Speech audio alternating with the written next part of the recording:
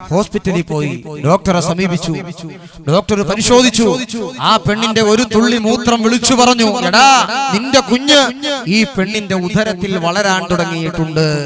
ഇത് കേട്ടപ്പോ എന്താ ഹാപ്പി, വല്ലാത്ത സന്തോഷം. വീട്ടിലേക്ക് രണ്ടുപേരും വന്നു. അതുവരെ വലിയ ബ്ലാങ്കറ്റ് ഒക്കെ എടുത്തിട്ട് കഴുകിക്കോ എന്ന് പറഞ്ഞ് ഇട്ടുകൊടുത്തിരുന്ന ഭർത്താവ് അന്ന് അവളൊരു കള്ളിമുണ്ട് കഴുകാൻ എടുത്തപ്പം ഭർത്താവ് പറഞ്ഞു, വേണ്ട വേണ്ട ഞാൻ കഴുകിക്കോളാം, നീ കഴുകണ്ട. എന്തേ കാരണം? അവളോടുള്ള സ്നേഹമാണോ? ഓളോടുള്ള സ്നേഹമാണെങ്കിൽ ഇക്കാലം അത്രയും ഓളെ കൊണ്ട് കഴിയിക്കാൻ പാടില്ലായിരുന്നു. അല്ല, ഓളുടെ പള്ളയിൽ വളരുന്ന വയറിൽ വളരുന്ന കുഞ്ഞിനോടുള്ള സ്നേഹമാണ്. ആലോചിച്ചു നോക്ക്. മാർക്കറ്റിൽ പോകേണ്ട ഒരാവശ്യം ഉണ്ടാവൂല, എന്നാലും നേരെ മാർക്കറ്റിൽ ചെന്നും. എന്നിട്ട് വീട്ടിലേക്ക് വിളിക്കും, അത് വേണോ, ഇത് വേണോ, മറ്റത് വേണോ, മറിച്ചത് വേണോ, ചോദിച്ച് ഈ പെണ്ണിനെ വീർപ്പ് മുട്ടിക്കും.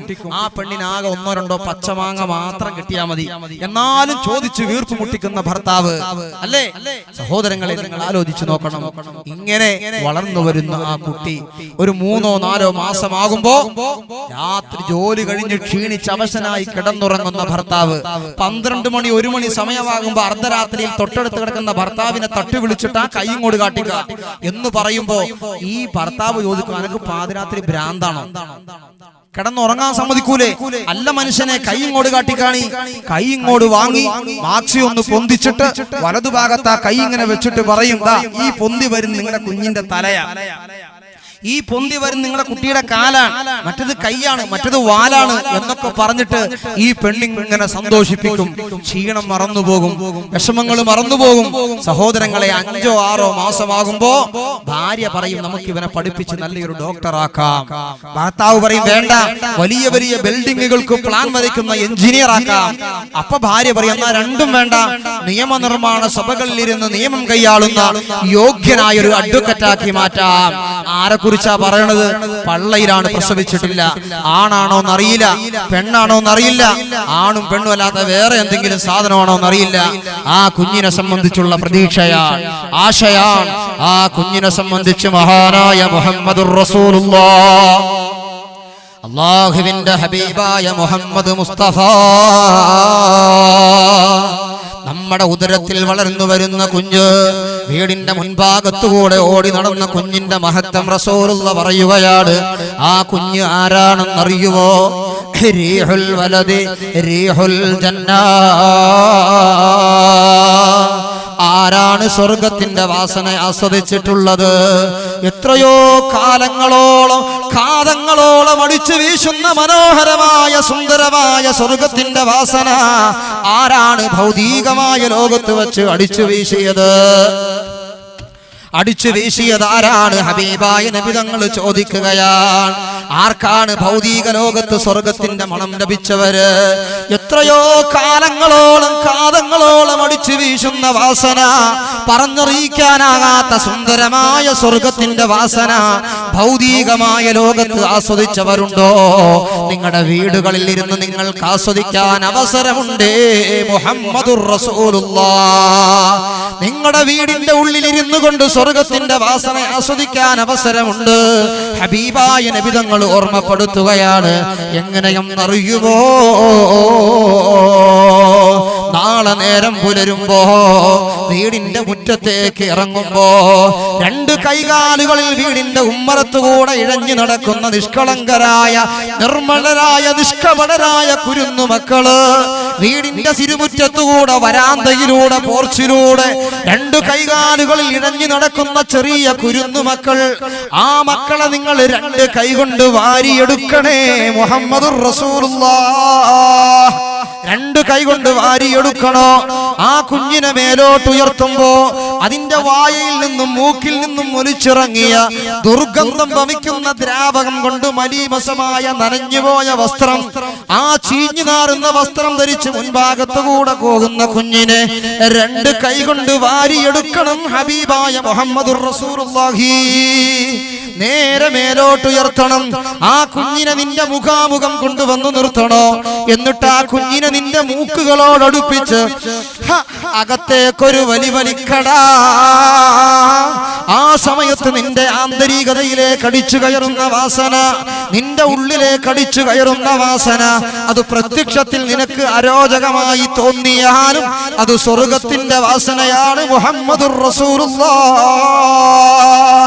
ഇത് പറയുമ്പോ ഉസ്താദെ ഒരു പ്രാവശ്യമല്ല 100 കണക്കിന് പ്രാവശ്യം ഞങ്ങളുടെ മക്കളെ ഞങ്ങൾ ചുംബിച്ചിട്ടുണ്ട് എന്ന് പറയാനാണ് ആഗ്രഹിക്കുന്നതെങ്കിൽ ആ ചുംബനത്തെ കുറിച്ചല്ല റസൂലുള്ളാഹ് പറഞ്ഞത്. ഇതെന്റെ ദുനിയാവിന്റെയും ആഖിറത്തിന്റെയും വെളിച്ചമാണ്. ഇവനെ ആഖിറത്തിൽ ഉപകരിക്കുന്ന മകനായി വളർത്തിയെടുക്കണോ. അല്ലാഹ് തന്ന വരദാനമാണ്, അനുഗ്രഹമാണ്. ഈ ഒരു നിയ്യത്തോടെ എന്റെ ഹബീബായ നബി തങ്ങൾ ഈ കുഞ്ഞിന്റെ വാസന സ്വർഗവാസനയാണെന്ന് പഠിപ്പിച്ചിട്ടുണ്ട്.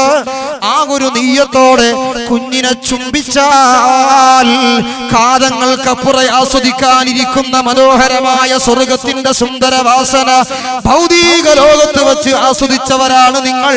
ഹബീബായ മുഹമ്മദുർ റസൂലുള്ളാഹ്, സ്വർഗം പഠിപ്പിച്ച നേതാവ് മുഹമ്മദ് മുസ്തഫ, നരകം പഠിപ്പിച്ച നേതാവ് അഹ്മദ് മുജ്തബ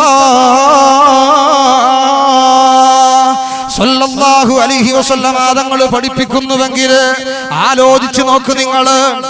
ഒരു വേളയിൽ രാജ്യം ഭരിക്കുന്ന രാജാവാണ് Yazid bin Muawiya. Yazid bin Muawiya എന്ന രാജാവിന്റെ ഭരണസിരാ കേന്ദ്രത്തിലേക്ക് തന്റെ വിനയാന്വിതനായ ഒരു പ്രജയുണ്ട്. അഹ്നബ് ബിൻ ഖൈസ് എന്നാണ് പ്രജയുടെ പേര്. ആ പ്രജ രാജാവിന്റെ രാജസന്നിധിയിലേക്ക് നടന്നു വന്നു. രാജാവിന്റെ രാജസന്നിധിയുടെ തിരുമുറ്റത്ത് വന്നിരുന്നപ്പോ രാജാവ് ചോദിച്ചു, യാ അബാ ബഹർ, യാ അബാ ബഹർ, മാ തഖൂലു ഫിൽ വലദി യാ അബാ ബഹർ. ഓ അഹ്നബ് ബിൻ ഖൈസ്, മക്കളെ സംബന്ധിച്ച് എന്താ പറയാനുള്ളത്? കുട്ടികളെ സംബന്ധിച്ച് എന്താ പറയാനുള്ളത്? നിന്റെ കുരുന്നു മക്കളെ സംബന്ധിച്ച് നിന്റെ അഭിപ്രായം എന്താണ്? ഉടനെ അഹ്നബ് ബിൻ ഖൈസ് തങ്ങൾ പ്രതികരിക്കുകയാണ്, യാ അമീറൽ മുഅ്മിനീൻ വഹും സിമാറു ഖുലൂബിനാ വഇമാദു ദുഹൂരിനാ വനഹലു ലഹും റഹും ദലീലാ വസമാഉം ദലീലാ. അഹ്നബ് ബിൻ ഖൈസ് തങ്ങൾ രാജാവിനോട് പ്രതികരിക്കുകയാണ്, നമ്മുടെ മക്കൾ എന്ന് പറഞ്ഞാൽ അവർ ഹൃദയത്തിന്റെ ഫലങ്ങളാണ്, ഹൃദയത്തിന്റെ പുഷ്പങ്ങളാണ്, ഹൃദയത്തിന്റെ സന്തോഷങ്ങളാണ്. യഥാ സാമ്പത്തികമായ പ്രതിസന്ധി കൊണ്ട് പ്രയാസപ്പെടുമ്പോൾ, നാട് മുഴുവനും യഥാ ദാരിദ്ര്യത്തിന്റെ കെടുതി അനുഭവിക്കുമ്പോൾ, കുടുംബങ്ങൾ മുഴുവനും കലഹത്തിലേക്ക് ആപതിച്ചു പോകുമ്പോ, സമാധാനം മരീചികയാകുന്ന ലോകത്ത് വീർപ്പ് മുട്ടുന്ന മനസ്സുമായി വീട്ടിലേക്ക് കടന്നു വരുന്ന കുടുംബനാഥന് ടെൻഷനുള്ള മനസ്സുമായി കടന്നു വരുമ്പോ, വീടിന്റെ പൂമുഖത്ത് കാത്തു നിൽക്കുന്ന ചെറിയ മക്കള് ആ നിഷ്കളങ്കമായ മുഖത്തേക്ക് നോക്കുമ്പോ, ആ നിർമ്മലമായ മുഖത്തേക്ക് നോക്കുമ്പോ പിതാവിന്റെ ടെൻഷൻ മറക്കുകയാണ്, വിഷമങ്ങൾ മറക്കുകയാണ്. ഒരു വേള സർവ്വതും മറന്ന മക്കളെ കെട്ടിപ്പുണരുകയാണ്. സിമാറു ഖുലൂബിനാ, ഹൃദയത്തിന് ആനന്ദം പകരുന്ന ഫലങ്ങളാണവർ. വഇമാദു ദുഹൂരിനാ, നമ്മുടെ മക്കൾ നമ്മുടെ മുതുകിന്റെ തൂണുകളാണ് എന്ന് പറഞ്ഞാൽ ഇവിടെ വാഴ കുറെ അപ്പുറം കാണുന്നുണ്ട്. വാഴ നമ്മുടെയൊക്കെ നാട്ടിൽ വാഴ വെച്ചാൽ ഇവിടെ അടക്ക കൂടുതൽ കൃഷി എന്ന് തോന്നുന്നു. വാഴ കൃഷി ചെയ്താല് അതിങ്ങനെ വളർന്നു വളർന്നു വരും. അനാവശ്യമായ വളവും വെള്ളവും ഒക്കെ ഒഴിച്ചു കൊടുക്കും. വളർന്ന് കുറെ മേലോട്ടെത്തിയാൽ ആ വാഴ തൊള്ളയിൽ നിന്ന് ഒരു കൊല ഇങ്ങനെ പുറത്തേക്ക് വരും. പിന്നെ ആ വാഴ ഈ മൈക്ക് വെക്കും പോലെ നിൽക്കല്, ഒരു ഭാഗത്തേക്ക് ചാഞ്ഞിട്ട് കാറ്റൊക്കെ വന്നാൽ അത് ആടി ഒളിഞ്ഞ് മറിഞ്ഞു പോകുമോ എന്ന് പേടിക്കും. അപ്പോ ഈ കൃഷി ചെയ്ത കൃഷിക്കാരൻ എന്താ ചെയ്യല്? ഒന്നുകിൽ നല്ല കവട്ടയിട്ട ഒരു മരക്കഷ്ണം കൊണ്ടുവന്നിട്ട് ചാഞ്ഞു നിൽക്കുന്ന ഭാഗത്ത് ഇങ്ങനെ അങ്ങോട്ട് വെച്ചു കൊടുക്കും, അവിടെ നിന്നോളൂ. അതല്ലെങ്കിലോ പിന്നെ അതിന്റെ കഴുത്തിനൊരു കെട്ടിട്ടിട്ട് വേറെ ഒരു മരത്തിലേക്ക് പിടിച്ചു കെട്ടു, എന്നാലും കുഴപ്പമില്ല, വീണു പോകാതെ അവിടെ നിന്നോളും. മഹാനായ അഹ്നബ് ബിൻ ഖൈസ് തങ്ങൾ പറഞ്ഞു, വഇമാദു ദുഹൂരിനാ, വാർദ്ധക്യത്തിന്റെ മൂർധന്യ ദശയിൽ പടച്ച റബ്ബിന്റെ ഭാവന ഭവനങ്ങളായ പള്ളി മിനാരങ്ങളിൽ നിന്ന് ഹയ്യ അലൽ സ്വലാ ഹയ്യ അലൽ ഫലാ, അള്ളാഹുവിന്റെ പ്രതിനിധി വിളിക്കുമ്പോ പ്രിയപ്പെട്ട പ്രായമായ പിതാവിന്റെ കൈപിടിച്ചുകൊണ്ട് പള്ളിയിലേക്ക് കൊണ്ടുവരുന്ന, പ്രിയപ്പെട്ട പിതാവിന്റെ കൈപിടിച്ചുകൊണ്ട് ഇൽമിന്റെ സദസ്സിലേക്ക് കൊണ്ടുവരുന്ന, മഹാന്മാരുടെ മസാറുകളിലേക്ക് കൊണ്ടുവരുന്ന അദബുള്ള മക്കള്, വസിമാറു വഇമാദു ഖുലൂബിനാ വഇമാദു ദുഹൂരിനാ. താഞ്ഞും നടക്കാൻ പ്രയാസപ്പെടുന്ന പിതാവിന് താങ്ങും തണലുമായ മക്കള്, ഹെൽപ്പർമാരായ മക്കള്, വാപ്പാ പ്രയാസമാണെങ്കിൽ നടക്കണ്ട, കൈ ഞാൻ പിടിക്കാമെന്ന് പറഞ്ഞ് പിതാവിന്റെ കൈ പിടിച്ചു കൊണ്ടുവരുന്ന സ്വാലിഹീങ്ങളായ മക്കള്, അവരാണ് നമ്മുടെ മക്കളെന്ന് അഹ്നബ് ഇബ്നു ഖൈസ് തങ്ങൾ വിശദീകരിക്കുകയാണ്. അഹ്നബ് ഇബ്നു ഖൈസ് തങ്ങൾ പറഞ്ഞത് മാത്രം ഒരു ദിവസം എനിക്ക് പറയാനുണ്ട്. ആ ഭാഗം അവിടെ വെക്കട്ടെ. എന്റെ ഈമാനുള്ള സഹോദരന്മാരോട്, ഹൃദയമുള്ള ഉമ്മമാരോട്, എന്റെ പ്രിയപ്പെട്ട കൂട്ടുകാരോട് ഒന്ന് രണ്ട് അനുഭവങ്ങൾ പറയാ. സുബ്ഹാനല്ലാഹ്, നിങ്ങളുടെ മുമ്പിൽ വാചാലനാകുന്ന ഖാലിദിന് അല്ലാഹു 4 മക്കളെ നൽകിയല്ലോ. എനിക്കും നിങ്ങൾക്കുമെല്ലാം അല്ലാഹു ധാരാളം മക്കളെ തന്നിട്ടുണ്ട്, പേരക്കിടാങ്ങളെ നൽകിയിട്ടുണ്ട്. അതേസമയം നിങ്ങൾ അറിയോ, ഒരു മകനെ പോലും കിട്ടാതെ വിവാഹങ്ങൾ നടത്തി കാലങ്ങളോളം കാത്തിരുന്ന ഉമ്മമാരുണ്ട്, ദമ്പതികളുണ്ട്. ഓർക്കുന്നു, തിരുവനന്തപുരം ജില്ലയിലെ കല്ലമ്പലം. ഞാൻ പല സ്ഥലത്തും പറഞ്ഞതാണെന്ന് തോന്നുന്നു, എന്നാലും നിങ്ങൾ അറിയണേ. ഒരു പരിപാടിക്ക് പോയി വ്യാഴാഴ്ച അസറിന്റെ ശേഷം ചായ കുടിച്ചുകൊണ്ടിരിക്കുമ്പോ അതാ വയോധികനായ ഒരു പിതാവ് കടന്നു വന്നു. കാക്കി വസ്ത്രമാണ് ധരിച്ചിരിക്കുന്നത്, താടിരോമം വല്ലാതെ നരച്ചിട്ടുണ്ട്, തൊലികൾ വല്ലാതെ ചുക്കിച്ചുളിഞ്ഞിട്ടുണ്ട്. ആ പിതാവിന്റെ മുന്നിൽ വന്നിരുന്നപ്പോ ഞാൻ ചോദിച്ചു, ചായ കുടിക്കുന്നുണ്ടോ? ഇല്ല ഇല്ല, എനിക്ക് സുന്നത്ത് നോമ്പാണ്. ആ പിതാവ് പറയുന്നു, ഞാൻ അത്ഭുതപ്പെട്ടു പോയി. തലപ്പാവുധാരിയായ വഴുതു പറയാൻ വന്ന ഖാലിദ് ചായ കുടിക്കുമ്പോ സാധാരണക്കാരിൽ സാധാരണക്കാരനായ ഒരു പിതാവ് സുന്നത്ത് നോമ്പ് പിടിച്ചെന്റെ മുന്നിൽ വന്നിരിക്കുന്നു. അദ്ദേഹത്തോടപ്പടെ വിശ്രമിക്കാൻ പറഞ്ഞു. കുറെ സമയം കഴിഞ്ഞ് ചായ കുടി കഴിഞ്ഞ് എഴുന്നേറ്റ് ചെന്നു. കുറെ സമയം സംസാരിച്ചു. പോകാനൊരുങ്ങുമ്പോ ആ പിതാവ് എന്റെ കയ്യിന് പിടിച്ചു. പിടുത്തം വിടുന്നില്ല, മുറുക ഇങ്ങനെ പിടിച്ചിരിക്കുകയാണ്. ആ പിതാവിന്റെ മുഖത്തേക്ക് ഞാൻ നോക്കിയപ്പോ അവരുടെ കണ്ണുകളിൽ നിന്ന് കണ്ണുനീരിങ്ങനെ ഒഴുകുന്നുണ്ട്. നരച്ച താടിരോമങ്ങളിലൂടെ ഒഴുകുന്ന കണ്ണുനീരിങ്ങനെ ഉറ്റു വീഴുമ്പോ ആ പിതാവ് കൊറിയ കുട്ടികൾ കരയുന്നത് പോലെ നിലവിളിക്കുകയാണ്. ഞാൻ ചോദിച്ചു, എന്താ പ്രശ്നമുണ്ടോ? വല്ല രോഗവുമുണ്ടോ? വേറെ എന്തെങ്കിലും തകരാറുണ്ടോ? ആ സമയത്ത് ആ ഉപ്പ പറഞ്ഞതെന്തെന്നറിയുമോ? വിവാഹം കഴിഞ്ഞിട്ട് 4 പതിറ്റാണ്ടായി, 40 കൊല്ലം കഴിഞ്ഞു പോയി. കഴിക്കാത്ത മെഡിസിനുകളില്ല, കാണാത്ത ഡോക്ടർമാരില്ല, കയറിയിറങ്ങാത്ത മഖ്ബറകളില്ല. ഒരു കുഞ്ഞിക്കാല് കാണാനുള്ള ഭാഗ്യം എന്റെ റബ്ബെനിക്കു നൽകിയില്ല. 60 വയസ്സിലധികം പ്രായമുള്ള പിതാവ് അവിടെ വന്ന് നിലവിളിക്കുമ്പോ അല്ലാഹു സന്തോഷമുള്ള മക്കളെ നൽകിയ ഞാനും നിങ്ങളും ആലോചിക്കണോ?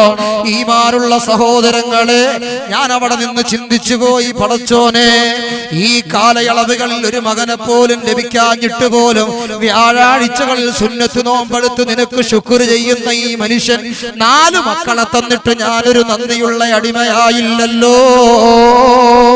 ഈ മനുഷ്യന്റെ പോലും നന്ദി എന്റെ ജീവിതത്തിൽ ഉണ്ടായില്ലല്ലോ. ഞാൻ എത്ര നന്ദി കെട്ടവനാണ്. സുബ്ഹാനല്ലാഹ്, ഇതൊരു ഉദാഹരണമാണ്. ഇതുപോലെ ഞാനങ്ങ് പറയാൻ തുടങ്ങിയാൽ എത്ര പറഞ്ഞാലും അനുഭവങ്ങളേറെയാണ്. ചില ആളുകൾക്ക് അല്ലാഹു മക്കളെ കൊടുക്കാതെ പരീക്ഷിക്കുകയാണ്. ചില ആളുകൾക്ക് അല്ലാഹു മക്കളെ കൊടുക്കാതെ പരീക്ഷിക്കുകയാണ്. വേറെ ചില ആളുകൾക്കോ അല്ലാഹു അല്ലാഹു മക്കളെ കൊടുത്തുകൊണ്ട് പരീക്ഷിക്കുകയാണ്. സുബ്ഹാനല്ലാഹ്. കോട്ടയം ജില്ലയിലെ മുണ്ടക്കയത്ത് വലിയ ഒരു ഹുബ്ബുർ റസൂൽ പരിപാടി പ്രഭാഷണം കഴിഞ്ഞ് ഞാൻ സദസ്സിന്റെ സൈഡിലിരുന്നു. ആദരണീയനായ ഒരു സയ്യിദ് ദുആയിന് എഴുന്നേറ്റ് നിന്നപ്പോ ഒരു വലിയ ലെറ്റർ എന്റെ കയ്യിൽ കൊണ്ടുവന്നു തന്നു. ആ ലെറ്റർ ഞാൻ ഇങ്ങനെ വായിക്കാൻ തുടങ്ങി. സുബ്ഹാനല്ലാഹ്. ഇപ്പോഴും എന്റെ ഖൽബ് പിടക്കുകയാണ്. ഒരു ഉമ്മയുടെ ഹൃദയം പറിച്ചു വെക്കുകയാണ്. ആ മാതാവ് എഴുതുന്നതെന്തെന്നറിയുവോ? ഒരു കുഞ്ഞിക്കാല് കാണാൻ വേണ്ടി ഒരുപാട് നേർച്ചകളും കാഴ്ചകളും കഴിച്ചു.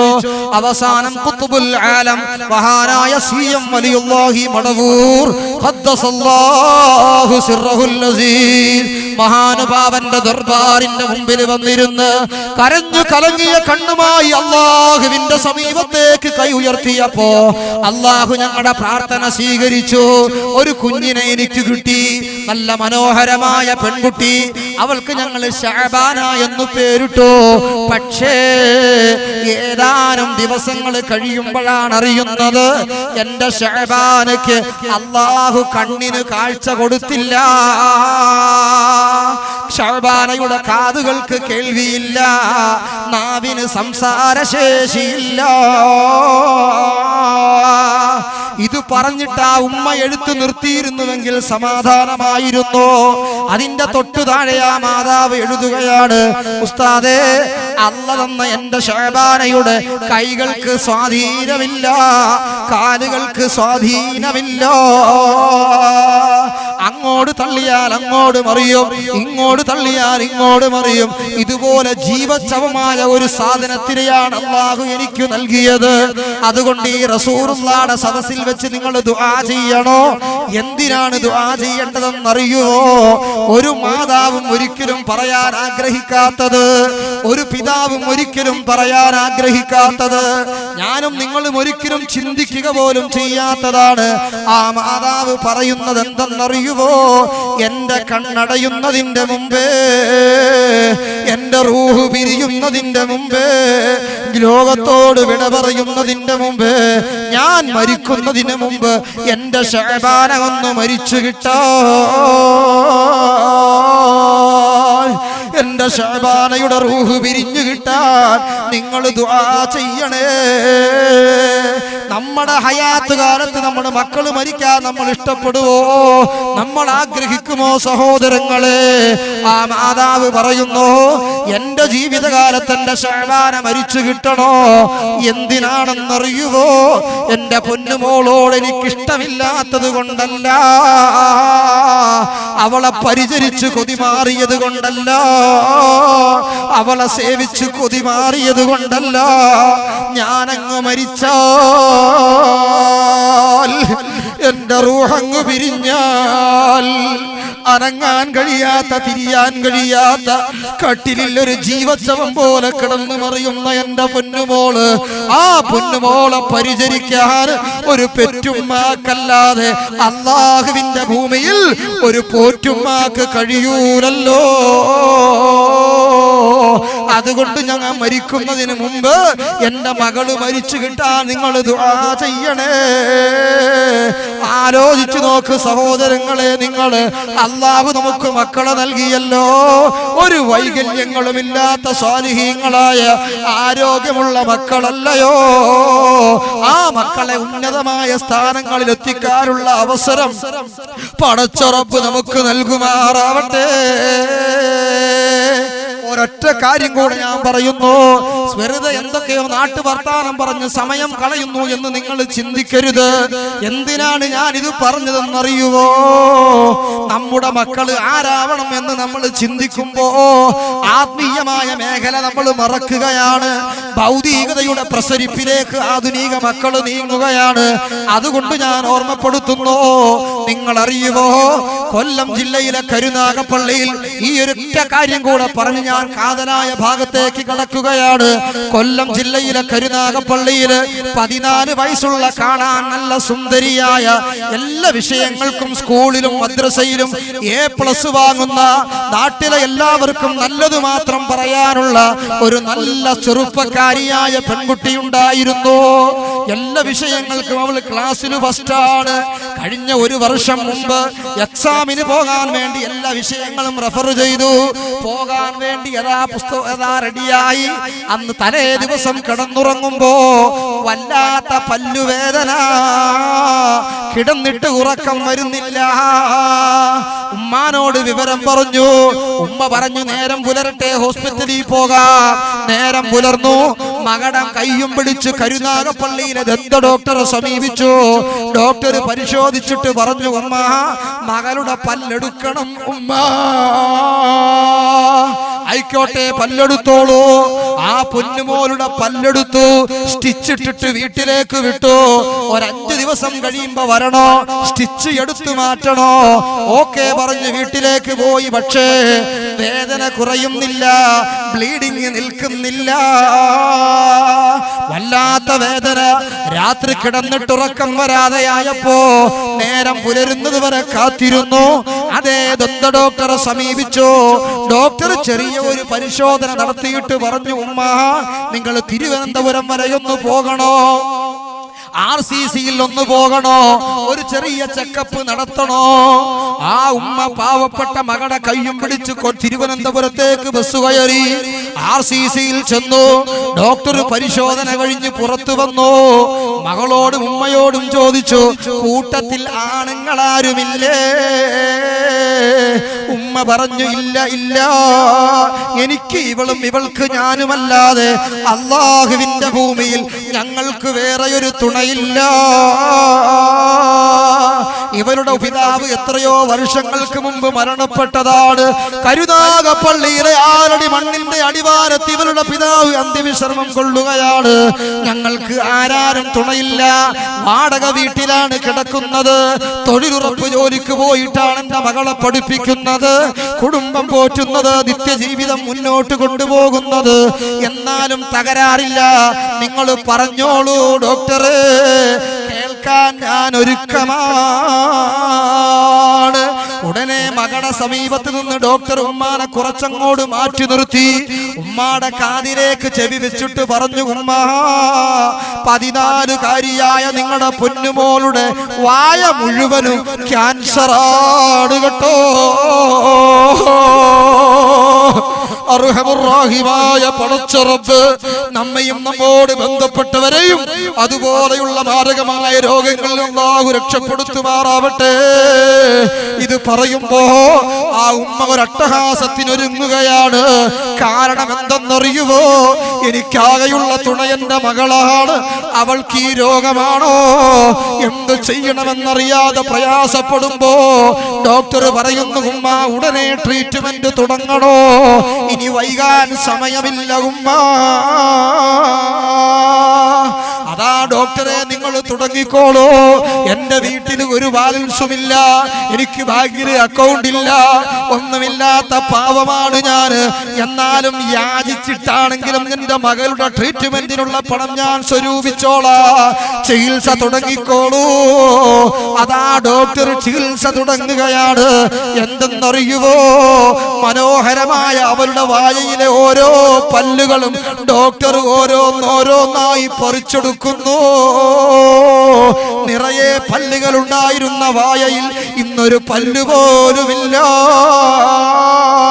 കീമോ കൊടുക്കാൻ തുടങ്ങിയപ്പോ മനോഹരമായ അവളുടെ കാർക്കൂന്തലുകളാകുന്ന മുടികള് അതാ കൊഴിഞ്ഞുപോയി, നഖങ്ങള് കറുത്തുപോയി, ഒരു മൊട്ടത്തലച്ചിയായി വാർത്തിരിങ്ങനെ കിടക്കുമ്പോ ഉമ്മ താഴ്വാരത്ത് വന്നു നിന്ന് രോഗികളുടെ കുടുംബാംഗങ്ങൾ അതാ സന്ദർശനത്തിന് വരുമ്പോ അനാഥയായ എന്റെ മകൾക്ക് വേണ്ടി വല്ലതും തരണേ യാചിക്കുകയാണ്.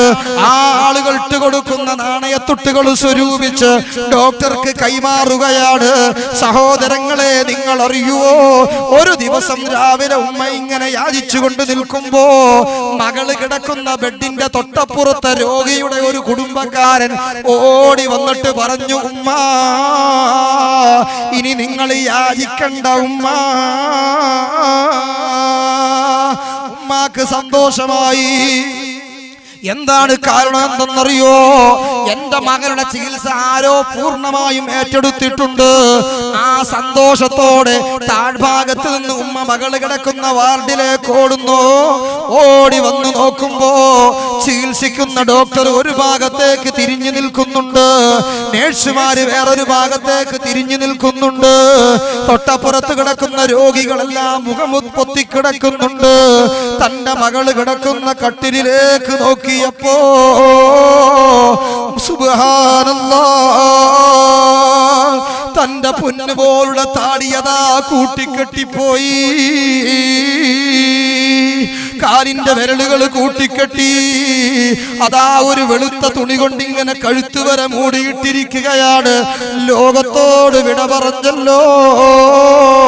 ഇന്നും കൊല്ലം ജില്ലയിലെ കരുനാഗപ്പള്ളിയില് അതാ മാനസികമായ പിരിമുറുക്കത്തോടെ ജീവിക്കുന്ന ആ മാതാവ് ജീവിക്കുമ്പോ ഞാനും നിങ്ങളും ആലോചിക്കേണ്ടത്, എന്റെ റബ്ബെനിക്ക് രോഗം തന്നില്ലല്ലോ, എന്റെ മക്കൾക്ക് ഇതുപോലെ ഒരു രോഗം നൽകിയില്ലല്ലോ. ആ റബ്ബിന് ഞാൻ നന്ദി ചെയ്യണമല്ലോ. ഹബീബ് മുഹമ്മദുർ റസൂലുള്ളാഹ് ആരംഭപ്പൂവായ നബി തങ്ങൾ പഠിപ്പിക്കുകയാണ്, അല്ലാഹ് നിനക്കൊരു മകനെ തന്നാൽ, അല്ലാഹ് നിനക്കൊരു മകളെ തന്നാൽ, ആ കുഞ്ഞിന്റെ നാവിൽ നിന്ന് ആദ്യമായി പുറത്തു വരേണ്ട വാചകം ഏതാണെന്ന് അറിയുവോ? ഇഫ്തഹു അലാ സിബിയാനികും അവ്വല കലിമത്തിൻ ബിലാ ഇലാഹ ഇല്ലല്ലാഹ്. അണ്ടഘടാകങ്ങളുടെ അധിപനായ പ്രപഞ്ചത്തിന്റെ പ്രതിഭാശാലിയായ സർവ്വദിഗന്ധങ്ങളുടെയും ചലന നിശ്ചലനങ്ങൾ വീക്ഷിക്കുകയും നിരീക്ഷിക്കുകയും പരീക്ഷിക്കുകയും ചെയ്യുന്ന ജഗദീശ്വരനായ പരമേശ്വരനായ ഏകേശ്വരനായ അല്ലാഹു അല്ലാഹു എന്ന പരമമായ നാമമാണടാ നിന്റെ കുഞ്ഞിന്റെ നാവിൽ നിന്ന് ആദ്യമായി പുറത്തു വരേണ്ടത്. മഹാനായ നബി മുഹമ്മദ് മുസ്തഫ. ആധുനിക പിതാവ് ചിന്തിക്കുന്നത് എന്താണ്? എന്റെ കുട്ടി കഴിക്കുന്നത് ഇംഗ്ലീഷ് ആവണോ, അവൻ കുടിക്കുന്നത് ഇംഗ്ലീഷ് ആവണോ, അവൻ കാഷ്ടിക്കുന്നത് ആംഗലേയ ഭാഷയാകണോ, അവൻ ഛർദിക്കുന്നത് ആംഗലേയ ഭാഷയാകണോ, അവന്റെ അണ്ണാക്കിലേക്ക് ആംഗലേയ ഭാഷ തിരികെ കൊടുക്കുമ്പോ ആദ്യമായി ഒരു കുട്ടി സംസാരിക്കുന്നത്, ഓർത്തു നോക്ക് നിങ്ങൾ, ചെറിയ മക്കൾ സംസാരിക്കാൻ തുടങ്ങുമ്പോ എന്തെങ്കിലും കഞ്ഞാകുഞ്ഞാന്നിങ്ങനെ പറയാൻ തുടങ്ങുമ്പോ ഉമ്മ പറയും ഉമ്മാന്ന് വിളിച്ചു തുടങ്ങി. വാപ്പ പറയും പോടി അവിടുന്ന്, ഓൻ വാപ്പാന്നാ വിളിച്ചത്. ഓൻ വാപ്പാന്ന് ഉമ്മാന്നല്ല, ഓൻ വേറെന്തോ തെറിയാ വിളിച്ചിട്ടുണ്ടാകുക. ഇവർ അതിന്റെ പേരിൽ കല അല്ലേ? ഹബീബായ മുഹമ്മദ് റസൂലുള്ളാഹി തങ്ങൾ പറഞ്ഞു, നിങ്ങൾക്ക് അല്ലാഹു എത്ര മക്കളെ തന്നു, എത്ര പേരമക്കളെ തന്നു. എന്റെ കുട്ടി ആദ്യമായി അവന്റെ നാവ് കൊണ്ട് അല്ലാഹുവേ നിന്റെ നാമമാണ് പറഞ്ഞത് എന്ന് നെഞ്ചത്ത് കൈവച്ച് കഴിയാൻ പറയാൻ ഈ മഹാന്റെ തിരുമുറ്റത്ത് നിന്ന് ആർക്കാണ് കഴിയുക എന്ന് ഞാൻ ഈ സദസ്സിനോട്, ആദരണീയരായ സയ്യിദിനോടോ ഉസ്താദുമാരോടോ പ്രായമായ പിതാക്കളോടോ അല്ല, പുതിയ തലമുറയിൽപ്പെട്ട ആളുകളോട് ചോദിച്ചാൽ തിരിച്ച് നിങ്ങൾ ഒരു പക്ഷേ എന്നോട് ഇങ്ങോട്ട് ചോദിക്കും, മൂല്യരെ ഞങ്ങളൊക്കെ അവിടെ നിൽക്കട്ടെ, നിങ്ങൾ കുറെ നേരമായില്ലേ 4 എണ്ണം ഉണ്ട്, 4 മക്കളുണ്ട് എന്നൊക്കെ വാചാലനായിട്ട്, ഈ 4 എണ്ണത്തിൽ ഏതെങ്കിലും ഒന്നിനെ കൊണ്ട് നിങ്ങൾക്ക് പറയാൻ കഴിച്ചിട്ടുണ്ടോ എന്ന് നിങ്ങൾ തിരിച്ച് ഇങ്ങോട്ട് ചോദിച്ചാൽ അപകടം അല്ലേ? അതേസമയം ഈ ആദരണീയരായ സയ്യിദവറുകൾ, ഉസ്താദുമാർ, ഈ പ്രായമായി മുന്നിലിരിക്കുന്ന ഉപ്പമാർ, അല്ലാഹു നമ്മുടെ നാടിന്റെ വിളക്കുകളാണ്. ഒരുപാട് കാലം നമ്മുടെ നാടിൽ ആഫിയത്തോടെ ആയുസ്സിൽ അല്ലാഹു ബറക്കത്തിനെ പ്രദാനം ചെയ്യുമാറാവട്ടെ. നമ്മുടെ നാടിന്റെ വിളക്കുകളാണ് ഈ ഉപ്പമാർ.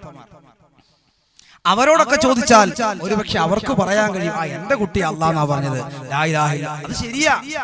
കാരണം എന്താ, ഇന്നത്തെ സംവിധാനം പണ്ട് കാലത്ത് പടച്ചോനെ ഇവിടെയൊക്കെ എങ്ങനെയാണെന്ന് എനിക്ക് അറിയില്ല. ഞങ്ങളുടെയൊക്കെ നാട്ടിൽ ഈ ഓല മെടഞ്ഞിട്ടുള്ള മറച്ചിട്ടുള്ള വീടും പുല്ല് മേഞ്ഞിട്ടുള്ള വീടൊക്കെ ഇവിടെയൊക്കെ എങ്ങനെയാണ്?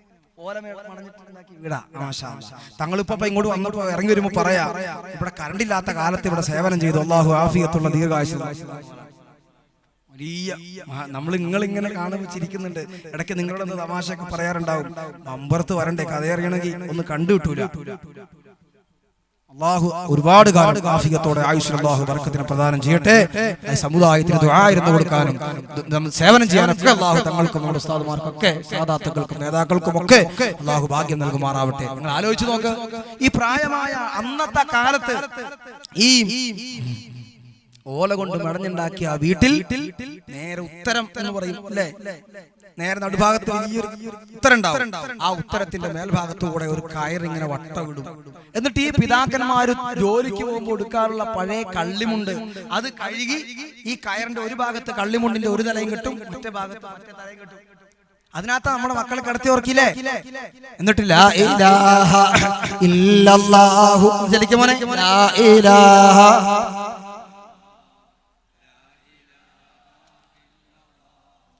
താലോലം താലോലം താലോലം കുഞ്ഞേ താലോലം കേട്ടു നീ ഉറങ്ങണം മോനേ. ലാ ഇലാഹ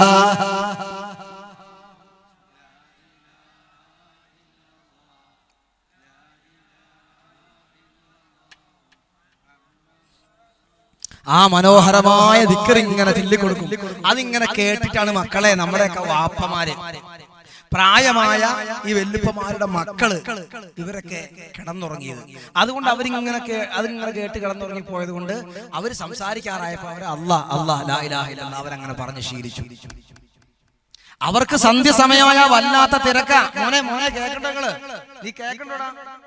സന്ധ്യയായ നമ്മുടെ ഈ വെല്ലുപ്പമാർക്കും വെല്ലുമ്മമാർക്കും ഭയങ്കര തിരക്കായിരുന്നു പണ്ട് കാലത്തെ. എന്തിനാണെന്നറിയാവോ? കഞ്ചിൽ അർഷ് ചെല്ലാൻ, ആയതമുസ്സലാത്തി ചെല്ലാൻ, നൂറുൽ ഈമാൻ ഓതാൻ, ഇങ്ങനെ തുടങ്ങി മഹദിയായ നഫീസത്തുൽ മിസ്രിയ റളിയല്ലാഹു എന്ത് സന്തോഷ. ബിസ്മിയും ഹംദും സ്വലാത്തും നൽ സലാമും ബിണ്ടേ ബിള്ളിനെ ഫീസത്തു മഹാല ഞാൻ തുടങ്ങിയിടുന്നേ. അതിങ്ങനെ പാടുമ്പോ ആപ്പമാര് പാടാൻ കൂടുക, കൂട്ടത്തില് അവരുടെ പഴയ ഓർമ്മ നിലനിൽക്കുകയാണ്.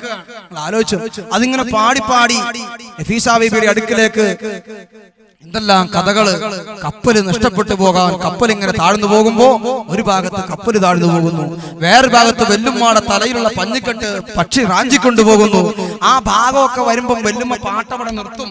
എന്നിട്ട് പേരക്കൂട്ടുകളോട് പറയും, മക്കളെ നിങ്ങൾക്ക് അറിയോ നഫീസ ബീബി ആരാണെന്ന്? ആ കഥ ഇങ്ങനെ പറഞ്ഞു തരുമായിരുന്നു.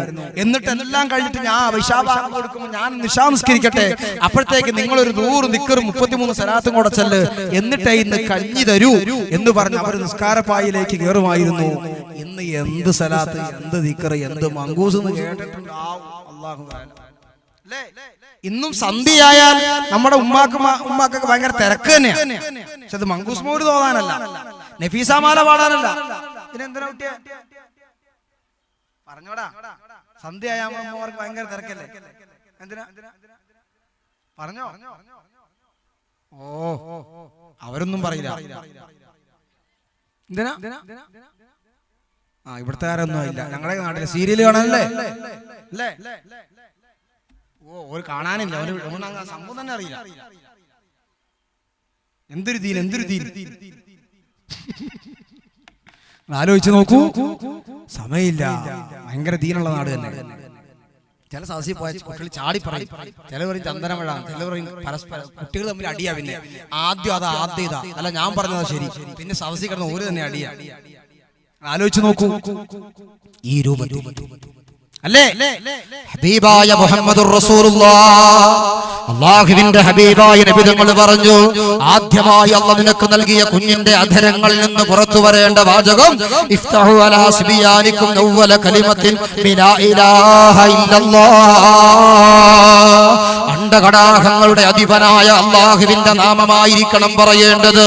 നാളെ പടച്ച റബ്ബിന്റെ പരമോന്നത കോടതിയുടെ മുമ്പിൽ വരുമ്പോ ഓരോ പിതാക്കളെയും മാതാക്കളെയും പിടിച്ചു നിർത്തി അല്ലാഹു ചോദിക്കുമത്രേ, അതാ ആയിരങ്ങൾക്ക് മക്കളെ കൊടുക്കാതെ പരീക്ഷിച്ചപ്പോ ആരോഗ്യ ദൃഢഗാത്രനായ ഒരു കുഞ്ഞിനെ നിനക്ക് നൽകിയിട്ട് ആ കുഞ്ഞിനെ കൊണ്ട് എന്റെ നാമം പറയിക്കാൻ നിനക്ക് കഴിഞ്ഞോടാ?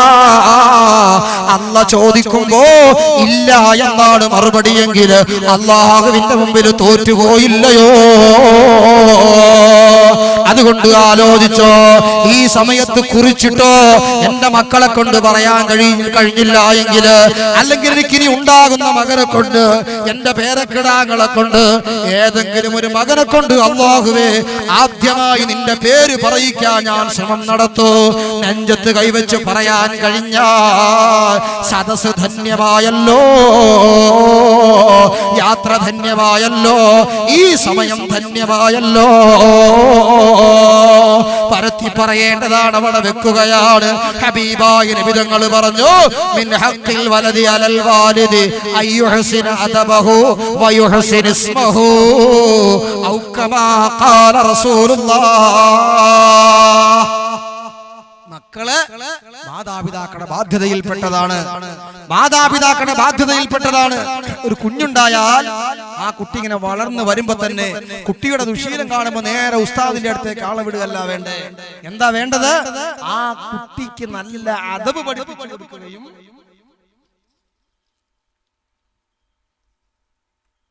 അൽഹംദുലില്ലാഹ് സഹോദരിമാരുടെ ഭാഗത്തേക്ക് ഒരു വലിയ ബക്കറ്റ് കൊടുത്തയക്കുന്നുണ്ട്. ആ ബക്കറ്റിൽ നല്ല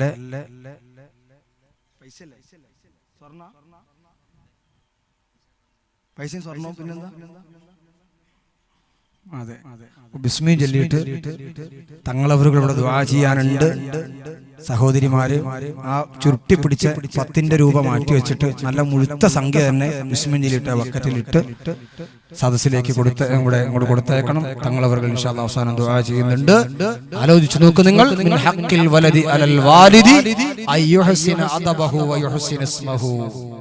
നല്ല പേരിട്ട് കൊടുക്കണം, നല്ല അദബ് പഠിപ്പിച്ചു കൊടുക്കണം, നല്ല അദബ് മക്കൾക്ക് പഠിപ്പിച്ചു കൊടുക്കണം. ആദരണീയരായ സാദാത്തുക്കളോട്, ആലിമീങ്ങളോട്, പ്രായമായ ആളുകളോട്, പൗരപ്രമുഖരോട്, നാട്ടിൽ ആദരിക്കപ്പെടേണ്ടവരോട് എങ്ങനെ ആദരിക്കണമെന്ന് പഠിപ്പിച്ചു കൊടുക്കേണ്ട ബാധ്യത ജന്മം നൽകിയ പിതാവിനുണ്ടെന്ന് മുഹമ്മദുർ റസൂലുള്ളാഹി തങ്ങൾ പഠിപ്പിക്കുകയാണ്. ആലോചിച്ച് നോക്ക്, പറയേണ്ടതാണ്. വെക്കുന്നു വയുഹ്സിന ഇസ്മഹു, നല്ല പേരിട്ട് കൊടുക്കണം. മോന്റെ പേരെന്താ? പേരെന്താ?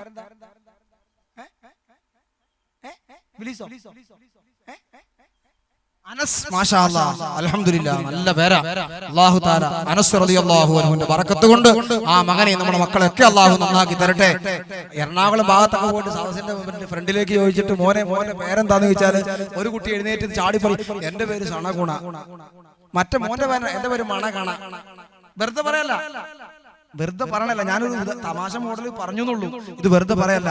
സുബ്ഹാനല്ലാഹ്, പടച്ചോനെ കേൾക്കണം, നമ്മള് കാണണം, നമ്മള് ചോദിച്ചു പേരിടൂല, ഉസ്താദുമാരുടെ ആലോചിച്ചു പേരിടൂല.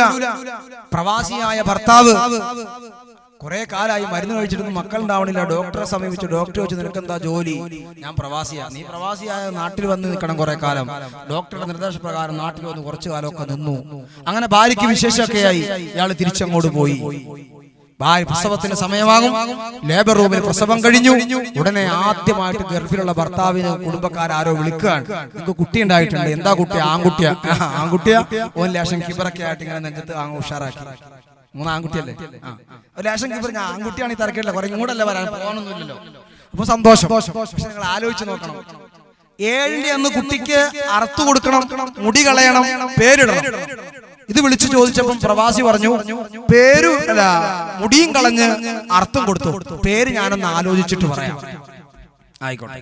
അങ്ങനെ ഇവിടെ അർത്ഥം കൊടുത്തു, മുടിയെ കളഞ്ഞിട്ട് പേരിന് കാത്തു നിൽക്കാം. മൂപ്പര് കുറെ നേരം ആലോചിച്ചിട്ട് വിളിച്ചു പറഞ്ഞു, സണഗുണ. 4 അക്ഷരമില്ലേ? അതുണ്ട്. പുള്ളി ആലോചിച്ച് നോക്കിയപ്പോ ആദ്യം സൗദിയിൽ ജോലി ചെയ്ത അറബിയുടെ പേരിന്റെ ആദ്യത്തെ അക്ഷരം, പിന്നെ ജോലി ചെയ്ത ഒമാനിലെ അറബിച്ച് പെണ്ണിന്റെ പേരിന്റെ 2ാമത്തെ അക്ഷരം, പിന്നെ ജോലി ചെയ്ത കുവൈത്തിലെ അറബി ചെക്കന്റെ പേരിന്റെ 3ാമത്തെ അക്ഷരം, ഇപ്പൊ ജോലി ചെയ്യുന്ന ഖത്തറിലെ അറബിയുടെ ഡ്രൈവറിന്റെ പേരിന്റെ അവസാനത്തെ അക്ഷരം സണഗുണ. പ്രശ്നമൊന്നുമില്ല, വിളിച്ചു പറഞ്ഞു. അറബിയിൽ സൺഗുൻ എന്ന് പറയും, നമ്മൾ മലയാളത്തിൽ സണഗുണ എന്ന് പറയും. അത്ര വ്യത്യാസമുള്ളൂ. സൺഗുൻ ആയിക്കോട്ടെ, കുഴപ്പമൊന്നുമില്ല. അങ്ങനെ പ്രായമായ വെല്ലുപ്പ കുട്ടിനെ വെച്ച് തേനൊക്കെ തൊട്ട് കൊടുത്തിട്ട് വലത്തെ ചെവിയിൽ സണഗുണ സണഗുണ സണഗുണ. പ്രശ്നമൊന്നുമില്ല, റാഹത്തായി.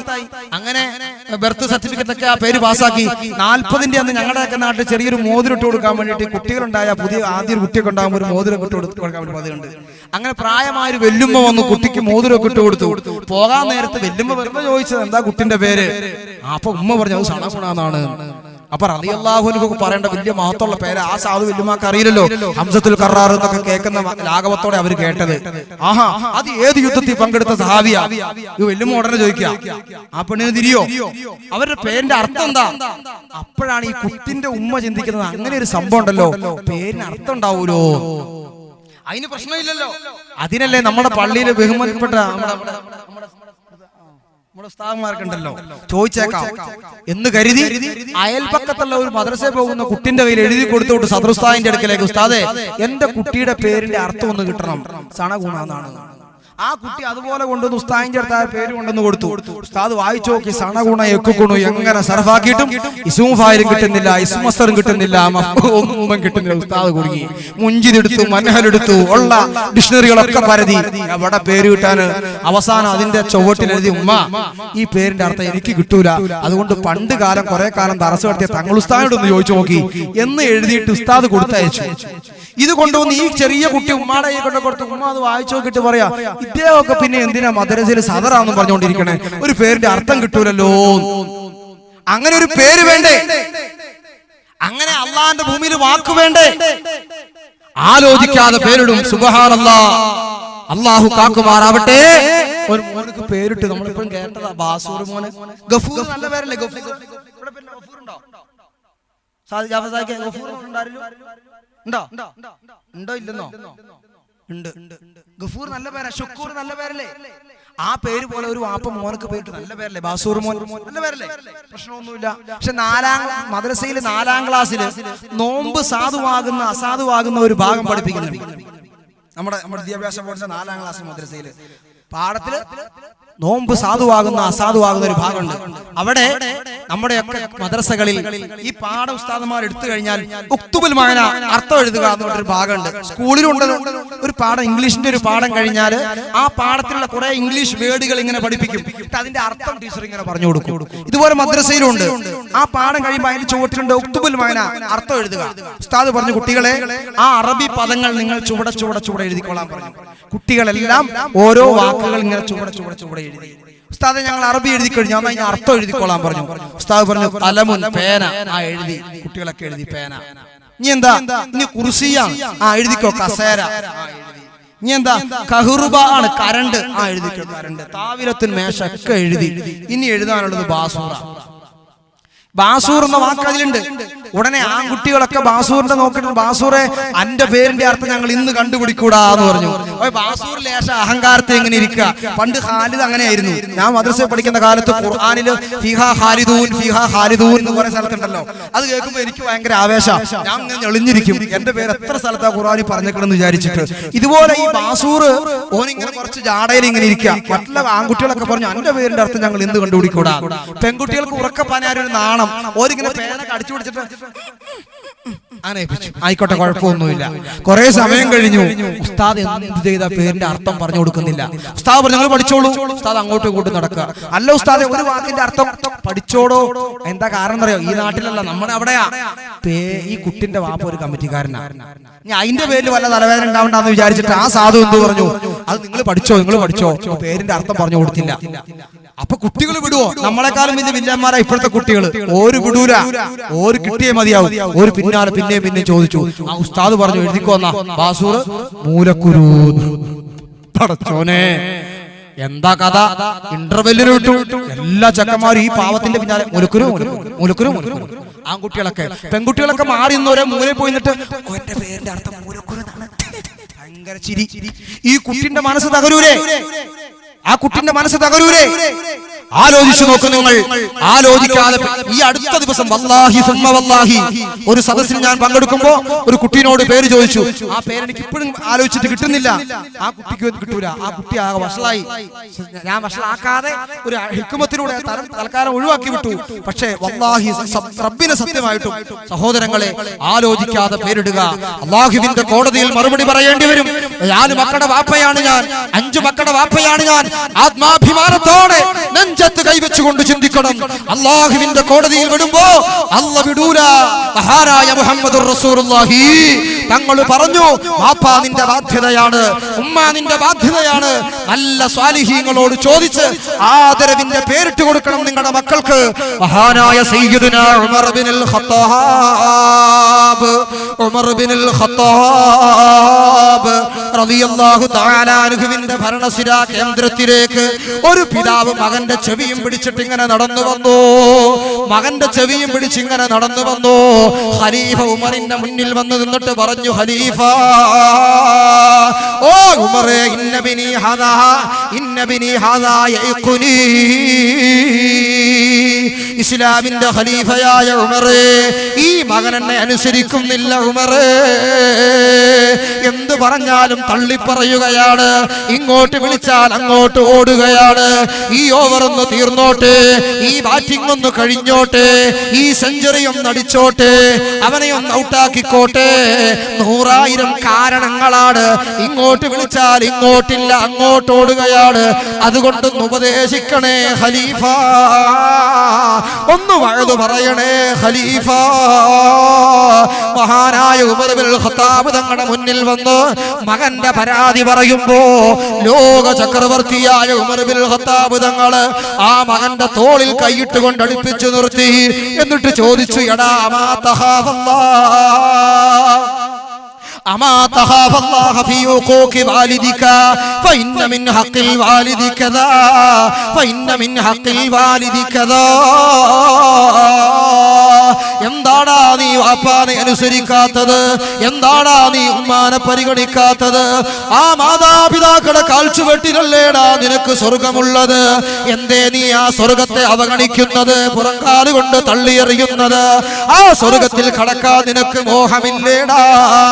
വാപ്പാനെ അനുസരിക്കണേ മോനെ, ഉമ്മാനെ തള്ളിപ്പറയരുത് മോനെ.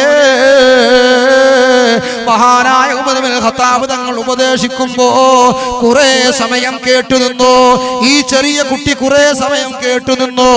എന്നിട്ടതാ ഉമർ തങ്ങളുടെ കയ്യുമല്ലേ അങ്ങോട്ട് തട്ടിമാറ്റി നേരെ ഓപ്പോസിറ്റ് ആയിട്ട് വന്നു നിന്നു. എന്റെ മുന്നിലിരിക്കുന്ന പയ്യന്റെ പ്രായമുള്ള കിളുന്തു പയ്യനാണ്. മറുഭാഗത്ത് നിൽക്കുന്നതാരാ? ആറ്റം ബോംബിന്റെ അരുമ മക്കളായ അമേരിക്കക്കാരൻ, കട്ട് മിസൈലിന്റെ മരുമക്കളായ റഷ്യക്കാരൻ, പാട്രിയറ്റ് മിസൈലിന്റെ പേരക്കിടാങ്ങളായ ചൈനക്കാരൻ, ഇന്നും പേര് കേട്ടാൽ കിടുകിടാ വിറക്കുന്ന സാക്ഷാൽ ഖത്താബിന്റെ മകൻ ഉമർ, സയ്യിദുനാ ഉമർ ബിനുൽ ഖത്താബ്. കിസ്റ കൈസർ രാജാക്കന്മാരുടെ രാജകൊട്ടാരങ്ങളെ കിടിലം കൊള്ളിച്ച ഇന്ത്യ മഹാരാജ്യത്തിന് നീതിയുക്തമായൊരു ഭരണം വേണമെങ്കിൽ അത് ഖലീഫ ഉമറിന്റെ ഭരണമാണ് വേണ്ടതെന്ന് മഹാനായ ഗാന്ധിജി അടക്കം പരിചയപ്പെടുത്തിയ ലോകത്തിന്റെ സുൽത്താനായ ഉമർ ബിനുൽ ഖത്താബ് റളിയല്ലാഹു തആല അൻഹു തങ്ങൾ മറുഭാഗത്ത് നിൽക്കുന്നോ ആ ചെറിയ കുട്ടി വന്നിട്ട് ഉമർ തങ്ങളോട് ചോദിക്കുകയാണ്, ഖലീഫ, ഓ ഉമർ തങ്ങളെ, നിങ്ങൾ പറയുന്നതൊക്കെ എനിക്ക് മനസ്സിലാകുന്നുണ്ട്. വാപ്പാന്റെ ബഹുമാനം എനിക്കറിയാം, ഉമ്മാടെ ആദരവ് എനിക്കറിയാം, ആ കാഴ്ചവട്ടിലാണ് സ്വർഗമെന്ന് എനിക്കറിയാം. അതല്ല എനിക്കറിയേണ്ടത്, എനിക്ക് വേറെ ചില സംശയങ്ങളുണ്ട് ഖലീഫ. എന്താ കുട്ടിയെ നിന്റെ വേറെ സംശയം?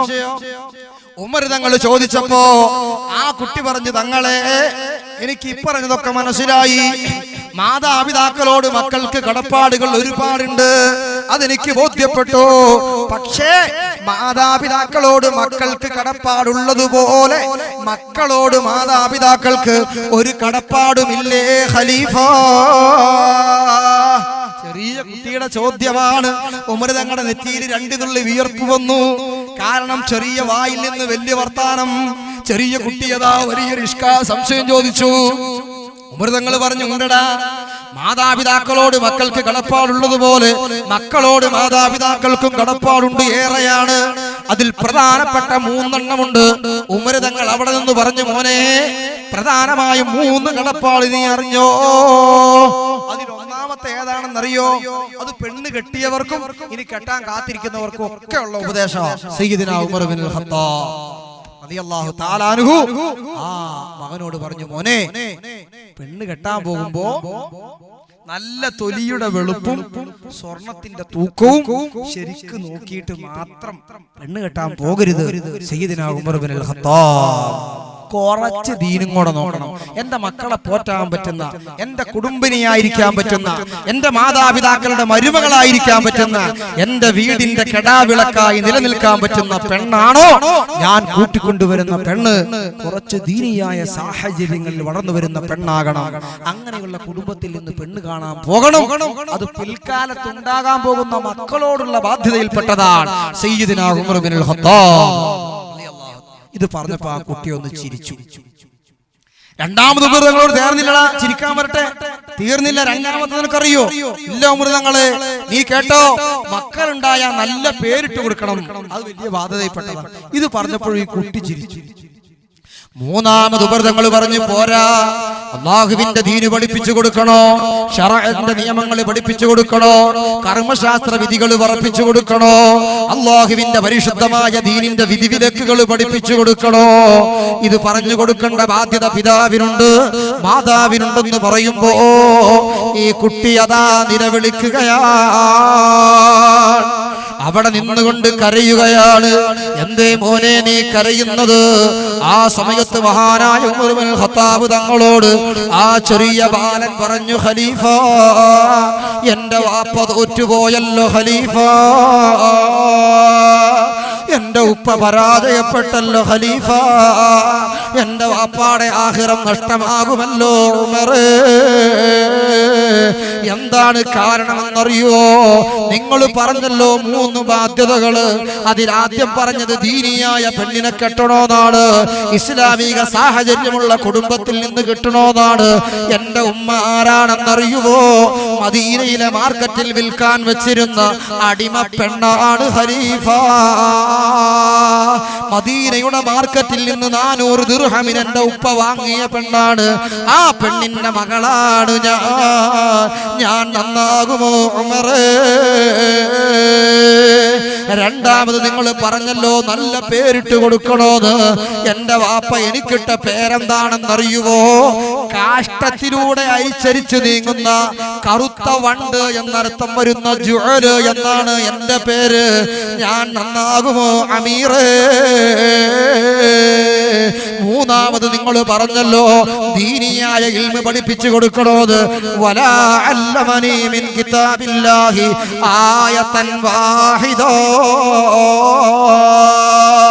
എന്റെ വാപ്പ എനിക്ക് ഖുർആൻ പഠിപ്പിച്ചില്ല, ഒരധ്യായം പഠിപ്പിച്ചില്ല, ഒരായത്ത് പോലും പഠിപ്പിച്ചില്ല, ശരീഅത്തിന്റെ നിയമങ്ങൾ പഠിപ്പിച്ചില്ല. എന്റെ വാപ്പാടെ കണ്ണടഞ്ഞാൽ, എന്റെ വാപ്പാടെ റൂഹ് പിരിഞ്ഞാൽ, ആരാരും തുണയില്ലാത്ത ഖബറിലേക്ക് എന്റെ ഉപ്പാനെ കൊണ്ടുപോകുമ്പോ, എന്റെ വാപ്പാടെ കഥ മറമാടുമ്പോ, വാപ്പാടെ മയ്യത്ത് നിസ്കരിക്കുമ്പോ, വാപ്പാടെ കഫം കൊണ്ട് പൊതിയുമ്പോ, നാട്ടിലെ ഉസ്താദ് വരാൻ കാത്തു നിൽക്കേണ്ട അവസ്ഥ, മയ്യത്ത് പരിപാലിക്കുന്ന ആളുകൾ വരാൻ കാത്തു നിൽക്കേണ്ട അവസ്ഥ. എന്റെ വാപ്പാടെ കണ്ണൊന്ന് തിരുമിയടയ്ക്കാൻ എന്റെ വാപ്പ എന്നെ പഠിപ്പിച്ചില്ല. അവയവങ്ങളൊന്ന് മയമാക്കി കൊടുക്കാൻ, വാപ്പാടെ മയ്യത്തിന്റെ അവയവങ്ങളൊന്ന് മയമാക്കി കൊടുക്കാൻ എന്റെ വാപ്പ എന്നെ പഠിപ്പിച്ചില്ല. വാപ്പാടെ മയ്യത്ത് പൊതിയാനുള്ള കഫംപുട എങ്ങനെയാണ് മുറിക്കേണ്ടത് എന്റെ വാപ്പ എനിക്ക് പഠിപ്പിച്ചു തന്നില്ല. എന്റെ വാപ്പാടെ മയ്യത്ത് കുളിപ്പിക്കുമ്പോ എങ്ങനെയാണ് കുളിപ്പീര് തുടങ്ങേണ്ടത്, എങ്ങനെയാണ് അവസാനിപ്പിക്കേണ്ടത് എന്റെ വാപ്പ എനിക്ക് പഠിപ്പിച്ചു തന്നില്ല. അവസാനം പൊതിയാൻ കൊണ്ടുവന്ന് കിടത്തുമ്പോ എവിടെ നിന്നാണ് പൊതിഞ്ഞു തുടങ്ങേണ്ടത്, എങ്ങനെയാണ് പൊതിങ്ങേണ്ടത് എന്റെ വാപ്പ എനിക്ക് പഠിപ്പിച്ചു തന്നില്ല. അതേ, എന്റെ വാപ്പാടെ മയ്യത്ത് നിസ്കരിക്കേണ്ട രൂപം എനിക്കറിയൂല. ഈ രൂപത്തിൽ ആത്മീയതയുടെ അറിവെനിക്ക് പകർന്നു തന്നിട്ടില്ല. ഞാൻ നന്നാകുമോ അമീറേ? ഞാൻ നന്നാകുമോ ഖലീഫ?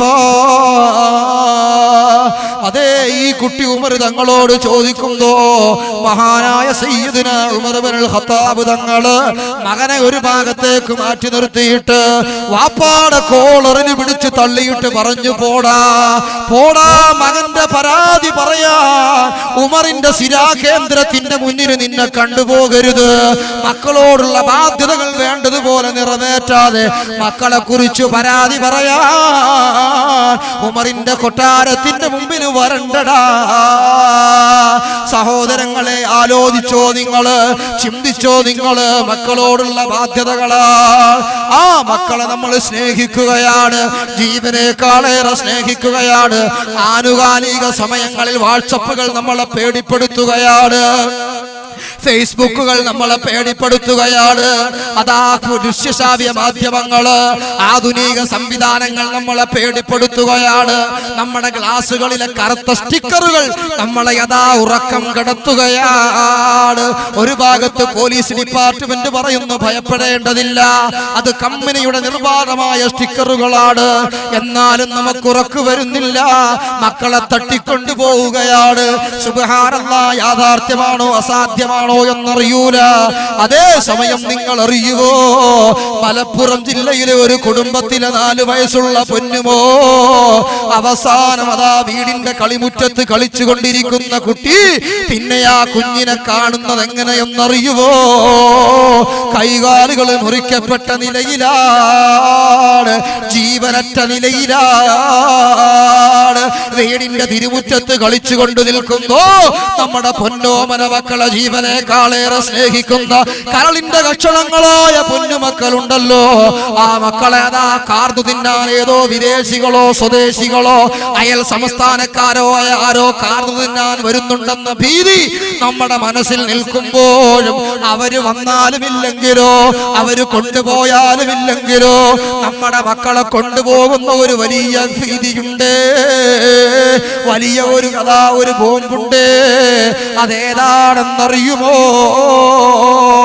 അയൽ സംസ്ഥാനക്കാരനല്ല, കറുത്ത സ്റ്റിക്കറിന്റെ ഉടമകളല്ല. ഏതായാലും ഈ കാണുന്ന സ്റ്റിക്കർ സത്യമാണെങ്കിലും അസത്യമാണെങ്കിലും സത്യമായ ഒരു വാർത്ത ഞാൻ പറഞ്ഞു തരാ. നമ്മുടെ മക്കളല്ലാതാവുകയാണ്. എന്തെന്നറിയുവോ? 12കാരനായ 8ാം ക്ലാസ് വിദ്യാർത്ഥി വീട്ടിലേക്ക് കടന്നു വരുമ്പോ അവന്റെ വായയിലേക്ക് മണത്തു നോക്കുമ്പോ പച്ചക്കള്ളിന്റെ മണമാണ്, കഞ്ചാവിന്റെ ലഹരിയിലാണ്. വാപ്പാടെ പേര് ഹാജി എന്നാണ്, നാട്ടിൽ തറവാടിത്തമുള്ള മതത്തിന്റെ ഉടമയാണ്, ഇസ്ലാമിക സാഹചര്യത്തിൽ വളരുന്ന കുടുംബമാണ്. 12 വയസ്സുകാരനായ പൊന്നുമോനോ കഞ്ചാവിന്റെ അടിമയാണ്.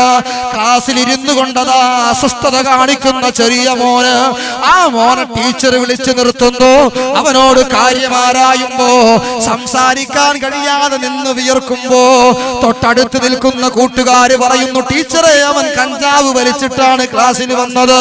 30 വയസ്സുകാരനല്ല, 18 വയസ്സുകാരനല്ല, 12 വയസ്സുകാരനായ നമ്മുടെ പൊന്നുമക്കള് കള്ളിന്റെ അടിമയാണ്, കഞ്ചാവിന്റെ ഉടമയാണ്. അതാ നമ്മുടെ മക്കളെ കൊണ്ടുപോകാൻ കാത്തിരിക്കുന്ന ഏറ്റവും വലിയ അപകടം ഇതാണ്. അതിന് മുന്നറിയിപ്പായി മഹാന്മാര് പഠിപ്പിക്കുകയാണ്, നിന്റെ മക്കള് കള്ളിന്റെ അടിമയാകണ്ട, കഞ്ചാവിന്റെ ഉടമയാകണ്ട, ഹറാമിന്റെ ഉടമയാകണ്ട. വലതുക റൈഹാനുക തശുമ്മുഹാ സബ്ആ വഖാദിമുക സബ്ആ സുമ്മ ഹുവ അദുവുക ഔ ശരീകുക. മഹാന്മാര് പഠിപ്പിക്കുകയാണ്, നമ്മൾ നെഞ്ചകത്തിൽ വെച്ച് സ്നേഹിക്കുന്ന നമ്മുടെ മക്കളുണ്ടല്ലോ, കരളിന്റെ കഷണങ്ങളായ മക്കളുണ്ടല്ലോ. ഉണ്ടോ? കഞ്ചാവിന്റെ പേര് പറഞ്ഞപ്പോ ആരോ പോകണ്ടോ?